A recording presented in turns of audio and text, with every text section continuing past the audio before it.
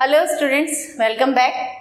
Today we are going to discuss regarding new added topic BRICS. जो आपका chapter है alternative centres of power, जिसका अब नया नाम हो गया है new centres of power. One topic is added in that chapter. आज हम उसी के बारे में बात कर रहे हैं. वो टॉपिक क्या है हमारा? BRICS, BRICS. अब सबसे पहले हमें ये मालूम होना चाहिए कि ब्रिक्स है क्या. What do you understand by BRIC? अब ब्रिक्स जो है is a group of 5 major emerging national economies, यानी ऐसी 5 मेजर कंट्रीज का एक ग्रुप है जो इकोनॉमिकली आर्थिक रूप से अब वर्ल्ड में ज्यादा डेवलप हो रहा है. राइट. बाकी कंट्रीज को, ये 5 कंट्रीज इकोनॉमिकली अगर डेवलपमेंट इनकी देखी जाए तो उसमें ये कंट्रीज सबसे आगे जा रही हैं, बाकी कंट्रीज पीछे हो रही हैं. अब ब्रिक्स का अगर जर्नल हम बात करें, इसको लर्न कैसे करने, कौन सी 5 कंट्रीज हैं? As its name indicate, BRICS, B से क्या बन जाएगा? ब्राजील. आर से Russia. I stands for India. C China. S South Africa. Starting में पहले जब 2011 से पहले ब्रिक्स नहीं था, ये क्या था? It was only BRIC up to this. यानी कि कितनी कंट्रीज थी इसमें? केवल 4 कंट्री थी. At that time it was known as BRIC, not the BRICS. S इसमें कब ऐड हुआ, यानी साउथ अफ्रीका इसमें कब ऐड हुआ? 2010 में, व्हेन इट्स ज्वाइंड इन दिसंबर 2010. और एक्टिव मेंबर कब से बना इसका? Participated in 2011. राइट. सो 2011 से पहले ये इसका एक्टिव पार्टिसिपेंट नहीं था.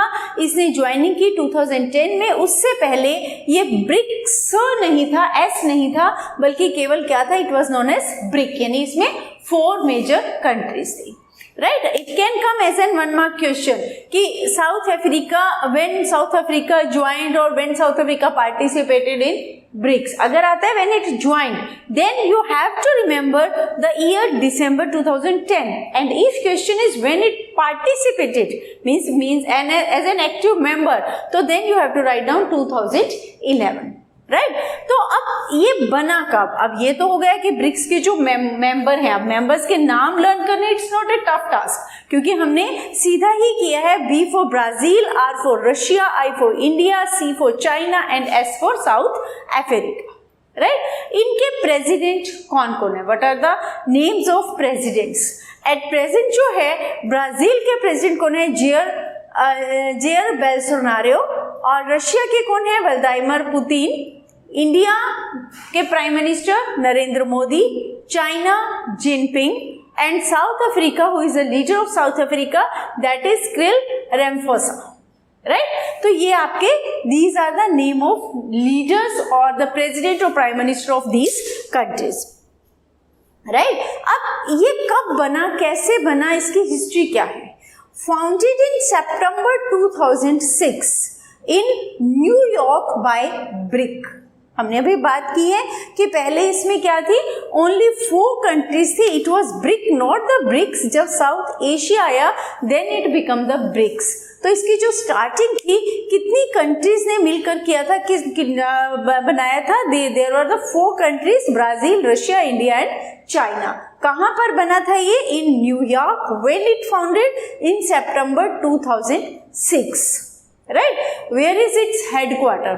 इसका मुख्यालय कहाँ है? हेडक्वार्टर कहाँ है? In Shanghai, China. Right. First summit on 16 जून 2009. 16 जून 2009 को इनका फर्स्ट जो समिट हुआ था, पहला सम्मेलन जहां ये लोग इकट्ठे हुए थे. क्लियर. ये कहाँ हुआ था? रशिया में. कौन सी जगह पर हुआ था ये? यक्त्राइनबर्ग नामक जो जगह है, प्लेस है. कहाँ पर है ये place? This is in Russia. तो आपको ये जो मेन ये 1 वर्ड्स हैं, ये these you have to learn, क्योंकि इनमें से कुछ भी आपका 1 मार्क क्वेश्चन की फॉर्म में आ सकता है. Suppose they can ask when and where first summit held, what's a headquarter, where is the headquarter, when it founded. Clear. तो इसमें से कुछ भी आपसे, what's a full form of BRICS, right, when South Africa join the BRIC, clear. तो इस टाइप से आपसे any 1 mark question can be raised. Then अब आ जाता है कि ये जो ब्रिक बना, ये क्यों बना, इसका मेन ऑब्जेक्टिव्स क्या थे, पर्पस क्या थे, राइट। तो सबसे पहले इसकी की ऑब्जेक्टिव्स मतलब मेन जो मोटो था, मेन पर्पस क्या था, to improve global situation, globally यानी पूरे वर्ल्ड में।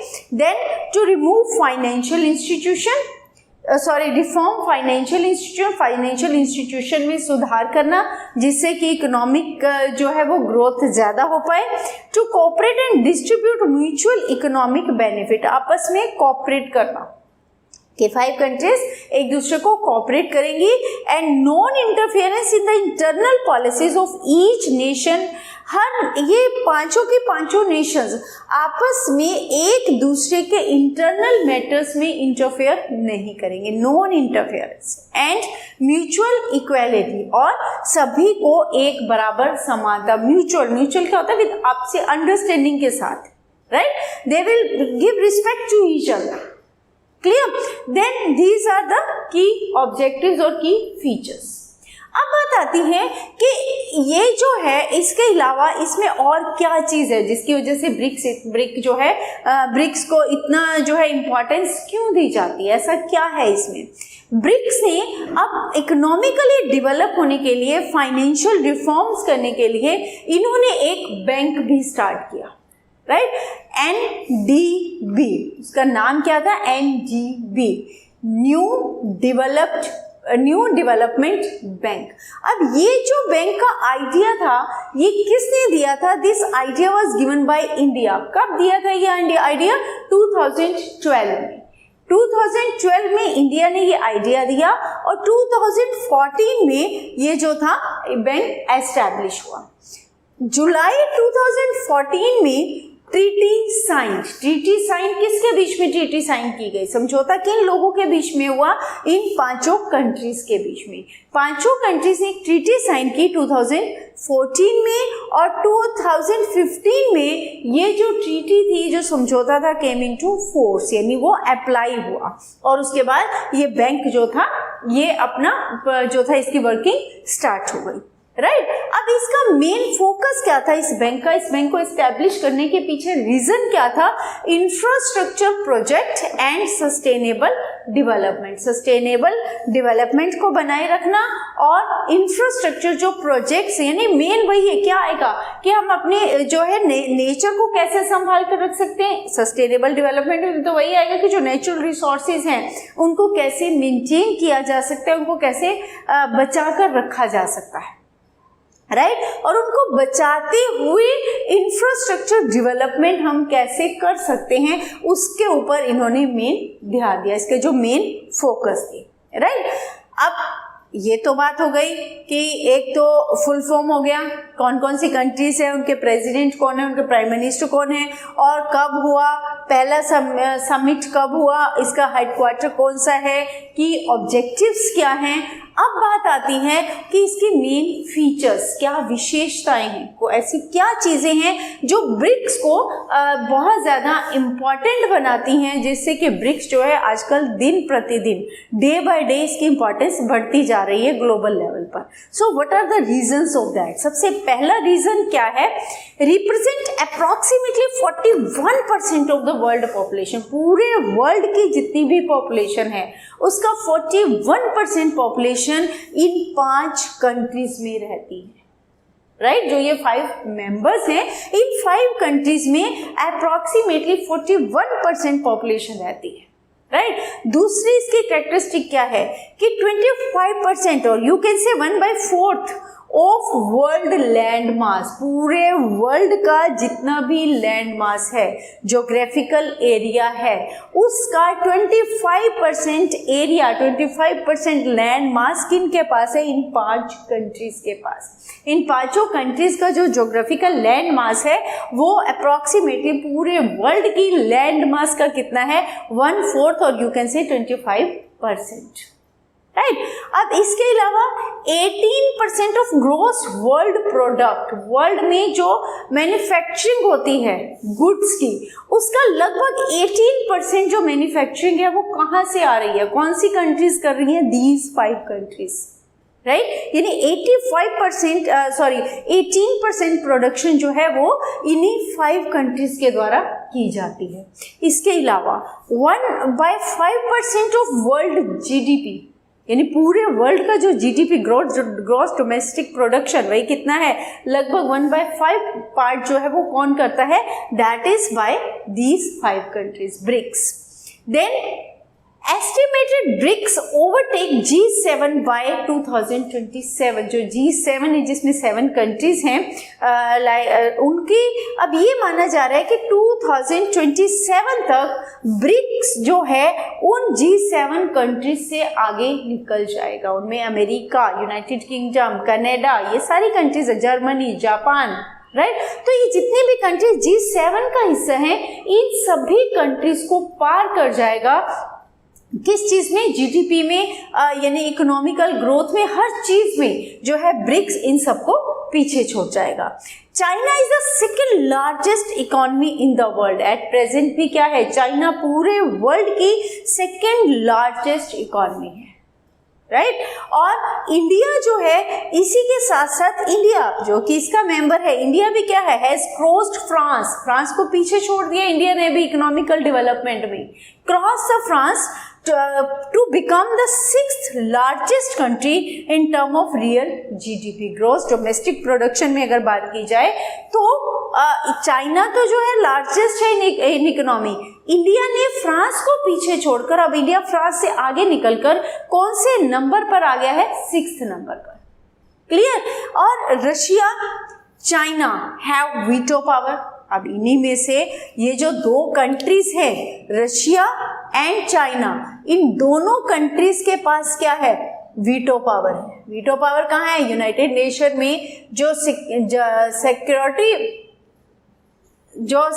सिक्योरिटी काउंसिल है, सुरक्षा परिषद, उसमें इन दोनों कंट्रीज के पास, चाइना और रशिया दोनों के पास क्या है, वीटो पावर है। ये भी इनको अपने आप में ब्रिक्स को पावरफुल बनाता है कि 5 में से 3 के पास तो वीटो पावर है, राइट।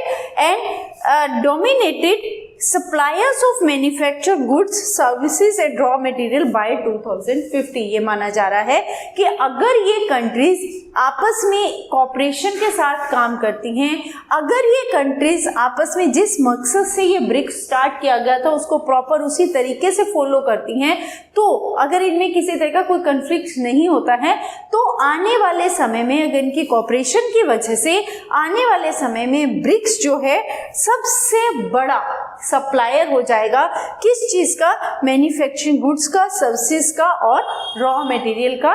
कब तक, आने वाले समय 2050 तक, राइट। अब लेकिन ये तो बात हो गई इसकी फीचर्स की, लेकिन ये क्यों माना गया है कि अगर ये आपस में इनमें कोई कंफ्लिक्ट नहीं होता, क्योंकि एक्चुअल में क्या है कि इनमें से इन कंट्रीज में एट प्रेजेंट जो है कुछ आपस में कंफ्लिक्ट्स चल रहे हैं, छोटे छोटे कंफ्लिक्ट्स हैं। जैसे इंडिया का चाइना के साथ कंफ्लिक्ट्स है पीओके को लेकर, राइट। इसके अलावा इंडिया और चाइना जो है पाकिस्तान के साथ उसकी दोस्ती होती जा रही है, जिसकी वजह से इंडिया और चाइना के बीच में इस बात को लेकर भी थोड़ा सा कंफ्लिक्ट है, क्लियर। बॉर्डर डिस्प्यूट्स हैं दोनों के बीच में, और इसके अलावा जो चाइना की करेंसी को लेकर, उसको लेकर भी एक इशू है। तो ये जो छोटे छोटे मुद्दे हैं, इनकी वजह से क्या है कि ये जो ब्रिक्स की कंट्रीज हैं, इनमें आपस में कंफ्लिक्ट पैदा होना, अगर ये कंफ्लिक्ट समय पर सॉल्व नहीं होते तो ये भी हो सकता है कि इन कंफ्लिक्ट्स का अफेक्ट इनकी प्रोग्रेस पर भी पड़े, जो इकोनॉमिकली ग्रो कर रहे हैं, जो वर्ल्ड में इनका एक लेवल बन रहा है, तो उस पर कहीं ना कहीं इनका इफेक्ट पड़ सकता है, राइट। लेकिन इन सब के बावजूद भी एट प्रेजेंट जो है ब्रिक्स पूरे वर्ल्ड को, वर्ल्ड में जो है डोमिनेट करता जा रहा है, और आने वाले समय में माना जा रहा है कि 2050 तक ये हर चीज में डोमिनेट करेगा, सबसे बड़ा सप्लायर बन जाएगा, राइट। अब बात आती है, ये तो था सारा ब्रिक्स के बारे में। अब हमने बात की थी सम्मेलन कि कब कब हुए, ये आपका 1 मार्क्स में कोई भी पूछा जा सकता है, that's why we are going to discuss these years. सबसे पहले ब्रिक्स के जो समिट थे कब और कहाँ हुए, पहला है रशिया 2009, ब्राजील 2010, चाइना 2011। अब जो ये फर्स्ट टू हुए थे, फर्स्ट टू जो समिट हुए थे, जो फर्स्ट टू सम्मेलन इनकी कॉन्फ्रेंसेस हुई थी, इसमें ब्रिक्स नहीं था, ब्रिक था। यानी इस समय में साउथ अफ्रीका जो है इन दोनों समिट में नहीं था, क्योंकि तब तक वो इसका मेंबर नहीं था, राइट। लेकिन जो चाइना में 2011 में हुआ, उसमें ये क्या बन गए थे, इसके कितने मेंबर्स हो गए थे, 5 members. Now at that time this BRIC became BRICS, right, क्योंकि इसमें साउथ अफ्रीका इसका मेंबर बन चुका था। देन चाइना 2011, इंडिया में भी हुआ इन 2012, south Africa 2013, Brazil 2014, Russia 2015, India 2016, China 2017, इन साउथ अफ्रीका 2018, ब्राजील 2019। यानी आपको ये ईयर्स लर्न रखने। अभी तक कितने हुए हैं इनके, 11 सबमिट हो चुके हैं, 11 सम्मेलन हो चुके हैं। आपको डेट कैसे याद रखनी है, ईयर्स कैसे, कि पहला कब हुआ, दूसरा कब हुआ, तीसरा कब हुआ। हम अगर प्लेस को छोड़ दें, केवल ये देखें कि फर्स्ट कब हुआ, सेकंड कब हुआ, थर्ड कब हुआ, ये याद कैसे रखा जाए। तो आपने याद रखना, शुरू हुआ था 2009 से, तो उसके बाद आप 1 ईयर हर उसमें प्लस करते जाइए। सपोज अगर 6 पूछते हैं तो 2009 में फर्स्ट था, सेकंड 10 में हो गया, 11 में थर्ड, 12 में फोर्थ, तो 13 में कौन सा होगा, फिफ्थ, एंड 6 कब होगा, 2014 में। क्लियर। तो आपको सिर्फ एक चीज क्लिक करनी है, अपने माइंड में एक चीज ध्यान रखनी है कि इसका फर्स्ट सबमिट कब हुआ था। अगर आपको फर्स्ट लर्न रहता है तो every year it is going on, तो आप उसमें 1 प्लस करते जाइए। आप आराम से ये पता लगा सकते हैं कि कौन सा सम्मेलन, कौन सा समिट कब हुआ। अब रही बात कि इनके ये कैसे याद करें कि कब, कहाँ, किस जगह पर हुआ था, तो उसके लिए भी आपका सीधा है, that you have to learn the name. Russia, Brazil, China, आप ये याद कर लीजिए कि रशिया में कब कब हुआ, इंडिया में कब हुआ। आप देखिए रशिया में कितनी बार हुआ है, 1-2 टाइम्स रशिया में हुआ, ब्राजील 2 टाइम्स, 3 टाइम्स ब्राजील में हुआ है, चाइना में 2 times China, India also 2 times in India. Clear. अब 2-2 में कब कब हुआ वो आप ये याद कर लीजिए, तो you can easily learn it. बजाय कि रट्टा चढ़ाने के कुछ स्ट्रेटजी ऐसी अपनाइए लर्न करने के लिए कि वो आपको भूले नहीं, इजी रहे। इजीएस्ट वे कैसे है लर्न करने का। Clear. So all this is about the brick. ये आपका 4 मार्क्स में भी क्वेश्चन आ सकता है। इसके अलावा इसमें बहुत सारे 1 मार्क और 2 मार्क्स के क्वेश्चंस बहुत सारे बनते हैं। 2 मार्क्स में जैसे की ऑब्जेक्टिव्स आ सकते हैं, 1 mark as we have discuss. यहाँ जितना भी है कि world land mass, world product, GDP कब तक ओवरटेक कर लेगा, कौन से चाइना किस नंबर पर है, इंडिया किस नंबर पर, ऑल दिस, कौन सी कंट्रीज के पास वीटो पावर है, कौन से मेंबर्स के पास, तो ये सभी आपके 1 मार्क क्वेश्चंस में आ सकते हैं। एक्सेप्ट दैट ब्रिक समिट के ऊपर भी 1 मार्क में क्वेश्चन पूछा जा सकता है, right. So hopefully it's clear to every one of you. अगर आपको क्लियर है तो इसको सब्सक्राइब करवाना और शेयर करवाना मत भूलिएगा। Thank you.